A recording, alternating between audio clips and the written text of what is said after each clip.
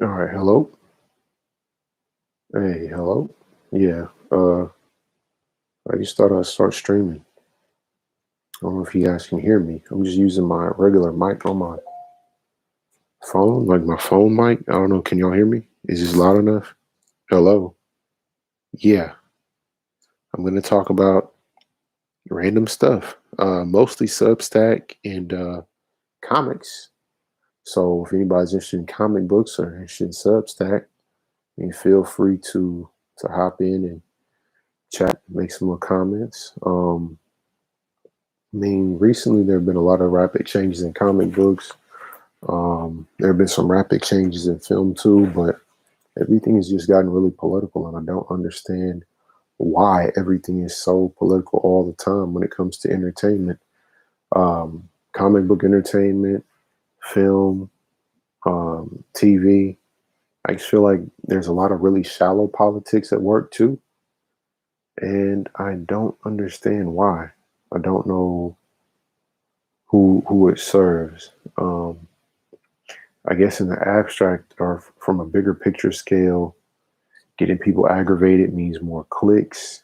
Um, People are going to be outraged and want to click on news links or want to comment. They want to get engaged on social media. They want to retweet things. They want to say why they approve or disapprove of things. There's a community that's generated around people hating things and liking things and hating other people for liking things and liking that other people hate things. Um, so I feel like that's kind of where our culture has gotten. Our culture has gotten away from really enjoying things to deconstructing things before we get them and then deciding whether or not we like them based on their morals and not based on their entertainment value. Um, I think morals and entertainment value have to have some kind of an equilibrium or at least exist on a continuum with something completely moral but very boring on one side, and then something extremely exciting that has absolutely no redeeming moral qualities on the other side. So I guess over here would be maybe like a Quentin Tarantino movie, and then over here would be like a Michael Moore movie, or I don't know, um, just completely unbiased NPR reporting. I feel like NPR might be the last unbiased source of news. Is there some maybe Associated Press? They don't really put any kind of spin, but anyway, um, on the political side of things, we have um, Robin being bisexual, I guess, in DC Comics now. Um, we have Substack snatching up basically anybody good working in mainstream direct market comics. Um, and then I really don't know if this is really political, but uh, just the concept of the Suicide Squad flopping. I don't know if it was necessarily about politics. I think some people might have said Harley Quinn can't really sell tickets or the character is more popular online than in person. Um, and I think that is a part of it.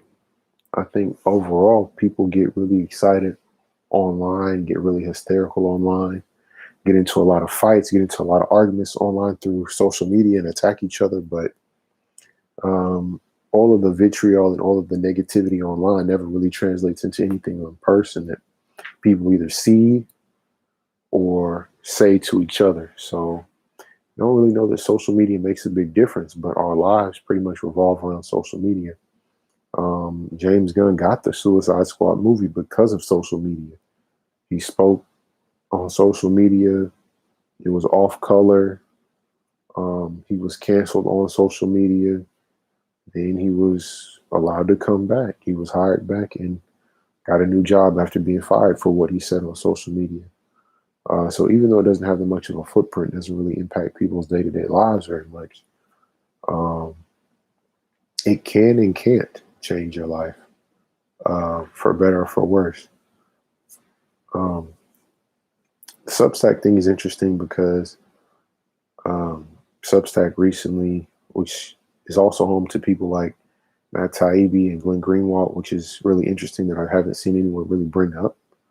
Um, there are very strong liberal voices on Substack, so I don't know why people would say Substack is somehow an alt-right platform or supports haters, a hate group. Substack definitely supports a lot of liberal voices. Substack is really neutral; it's just a platform. People post whatever they want on Substack to some degree or another. It's really not good or bad, but yeah, it seems like to a certain degree, people that complain about Substack just want to complain. I don't know. I'm not sure what's going on there. Feels like it's just a way to maintain control because on Twitter, in that part of social media, you have control. You complain loudly, but on Substack, I mean, it's really just customers and the people that they're subscribing to. There's no other agenda there. People can talk about their political agendas, but there's nothing inherently political about going to Substack and creating an account and getting people to subscribe to you. Um, I think mainstream comic books have become very political, very, very superficially political. We don't really ever question power structures. Marvel doesn't really question Disney's decisions as a conglomerate or say that taking the PPP money and then laying off all the people at Disney World and Disneyland was wrong. There's no sense of questioning the powers that be. Everything is harmlessly political or a neutered, very shallow political comment. Don't really know that anything overtly political is at work in our public discourse, either in comic books or in film or on TV. We have things like Star Trek Discovery that are very shallow and talk about politics in a simplistic way, in a self-congratulatory way. Um, but there's really no desire to try to interrogate both sides of a conflict and legitimize both sides' opinions and then try to work to a compromise or come up with a rational reason why one side is correct and the other side is incorrect that is teased out through the story. Um, Substack is strange because people that are successful got invited into Substack to be creative ambassadors for Substack, and maybe that that has a certain connotation of class or status, but I mean it really doesn't mean anything except you've worked in comic books for a long time and you've had a good track record. Um, I don't know James Tinian's track record though. He got a pretty good deal, but he's still really new. Um, and when I say really new, I mean new into the big leagues of the Jonathan Hickmans of the world or someone like Scott Snyder. They were pretty much at the top of their game 10 years ago, and they've been working steadily ever since at a pretty consistent pace of quality. Um, but I mean, I think it's great James Tinian is involved. He's done some really great stuff with Batman recently. Of course, Something is Killing the Children, House by the Lake. He just does a lot of really good work. Department of Truth. Um, I mean, Chip Zdarsky is involved too. He's doing Daredevil. He's really starting to pop too right now. So I think it's interesting. Substack has a mixture of people that are buzzing and have popularity right now and have recently kind of acquired more acclaim. And then they have people like the Scott Snyders or Jonathan Hickman that have been around for a long time and they're established names. Nick Spencer to some degree too, kind of the same thing. He's been around for a while. Got an event book. That event kind of backfired, but an event's an event. Um, the real question is, will any of the triumvirate, which is Mark Miller, Robert Kirkman, and Rick Remender, will any of those three venture into Substack? Um, I'm pretty sure Mark Miller can't due to contractual obligations. Robert Kirkman could, but he also recently released that Skybound X, and it seems like he's really doubling down on the direct market through Skybound X. He's also dipping his toe in the YA right now as well, so I don't know how much interest he would have in Substack, but Rick Remender could definitely do some great things on Substack. It'd be great to see him bring back Seven to Eternity, bring back Glow, Black Science, Death or Glory. He has a lot of, he's always working on a ton of projects, and he has a lot of really old projects too, going back to the early days of his career at Image and the Fear Agent.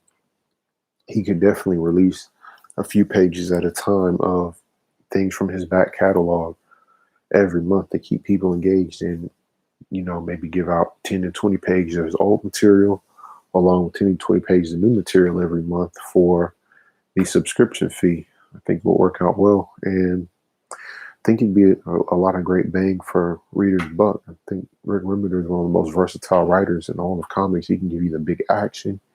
He can give you those emotional character moments. He's really underrated, but he's definitely in that top three, that upper echelon of comic book creators. John Ridley hasn't said anything. Ta-Nehisi Coates hasn't said anything. Those are the two big hot minority writers right now. I've really enjoyed John Ridley on Next Batman.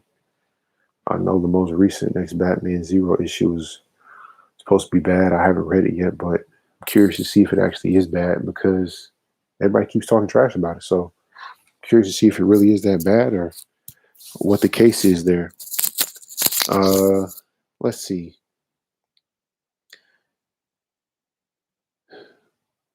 I think Substack has a lot of potential. I hope Substack works out really well. I still want the comic book medium here in America to shift over to a Shonen Jump app style where you pay $2.99 and get access to everything. I think it would work a lot better. I think you'd see a lot more engagement and interest. More people would download it, even if it were just $2 a month to get older comic books like The Killing Joke, Batman Year One, or even Batman Year Two. Maybe Year One is too popular, so maybe you make Batman Year Two free, make Robin Year One and Batgirl Year One, make those free. But then the recent Gotham Academy and stuff could be behind a paywall, or the DC Rebirth Batgirl, maybe that could be behind a paywall. There are ways to make comic books more digital, more accessible, more bright and engaging, but it seems like there's a level of contentment in the community right now. As far as the powers that be, people in the culture want it to stop. People in the culture want the number of books to stop, slow down, the prices on all the books to stop and slow down. But I'm not sure how close we are to getting that done. I think this new King Spawn announcement actually shows we're going in the opposite direction. Comic book creators are doubling down on the gimmicks. And Todd McFarlane is a great creator. Definitely in the top 10 of all time, most influential comic book creators. What he did with Spawn, of course, changed comics. What he did with animation, video games, changed comics, changed pop culture entrepreneurship. But the new King Spawn weird CGC pyramid scheme number goosing trick is pretty blatant and very bad. So I'm not sure why that was done or what the intent was behind it, but hopefully that stops. I know it won't stop, and they've actually done the exact opposite and created Pandora's box, but I'm just hoping against hope that everyone realizes that it's not a good idea and they should stop.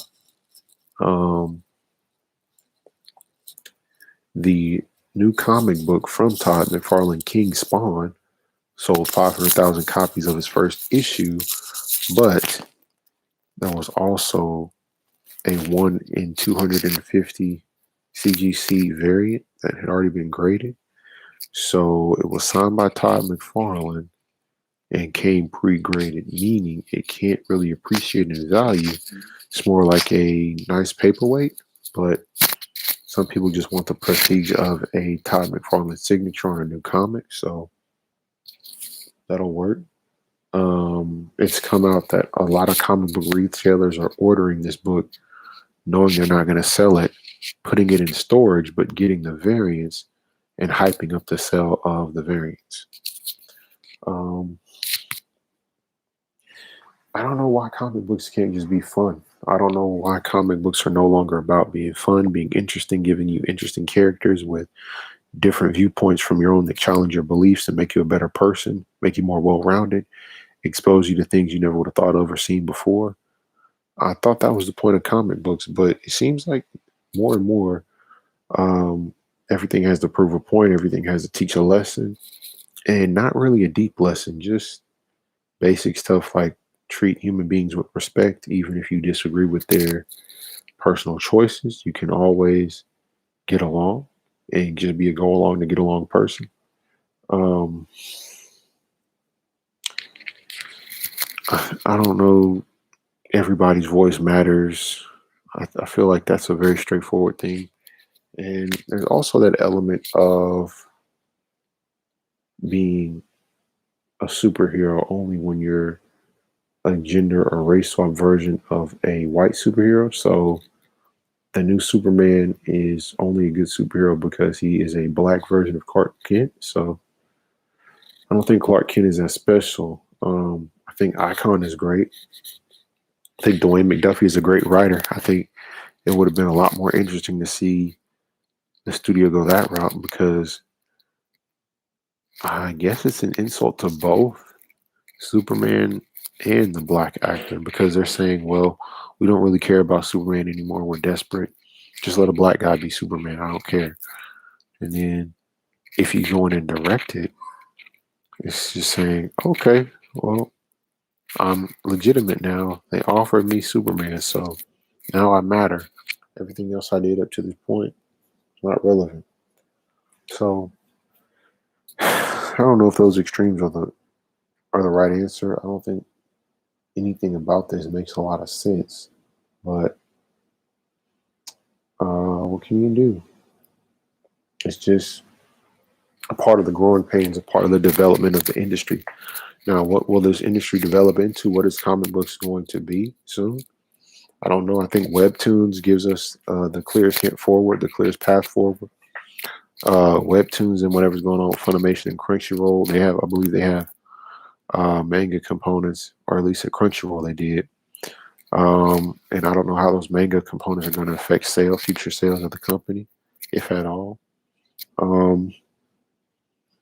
I think we just need to let more people write comic books. And just like in Shonen Jump, if your story's good and people like it, we keep you. If you come up, your story comes out and nobody votes for it, it gets booted off and we rotate someone else in. Because in Japan, everybody does want to be a manga artist. So if you want to be a manga artist, then you would try to get into Shonen Jump or Shoujo Beat or whatever the case may be.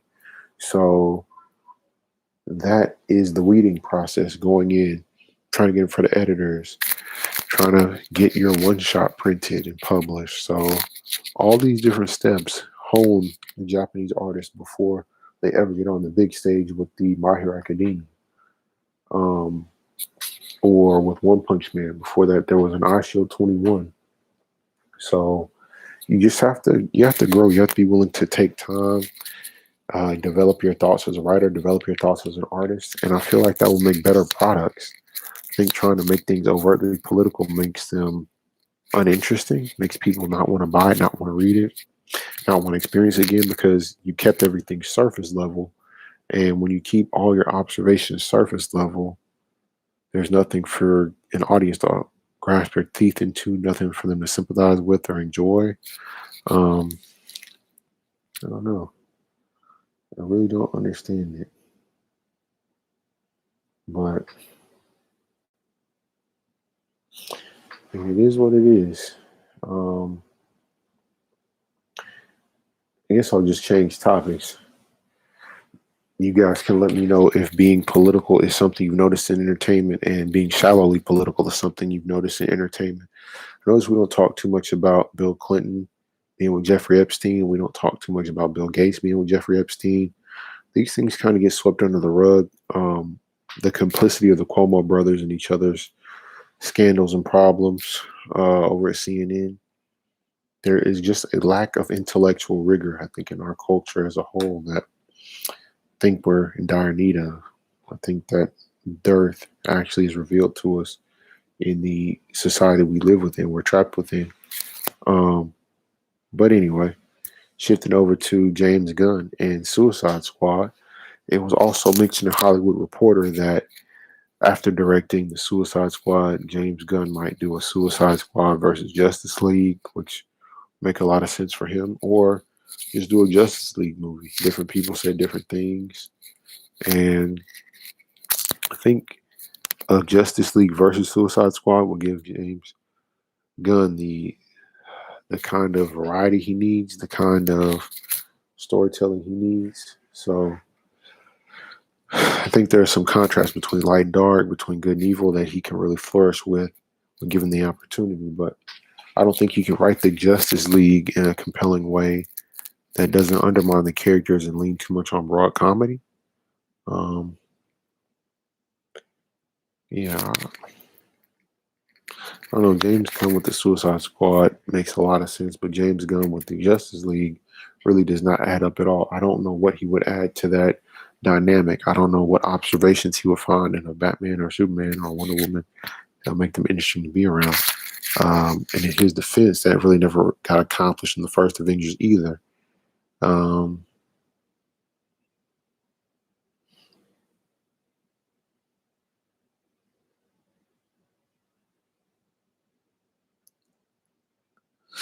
yeah, I don't know. James Gunn is good though. If anybody has any comments, if they want to talk more about James Gunn, have any opinions on his ability to make a wholesome movie, a Justice League movie, I don't think he really has it in him to create something that has no subversion and it's just really a straightforward action film. But what do I know? He also wrote Scooby Doo. Maybe that's also a great example. Um, I I don't know. If you guys have any thoughts on James Gunn, let me know. Like and subscribe, and I'll see you guys a little bit later. Bye bye.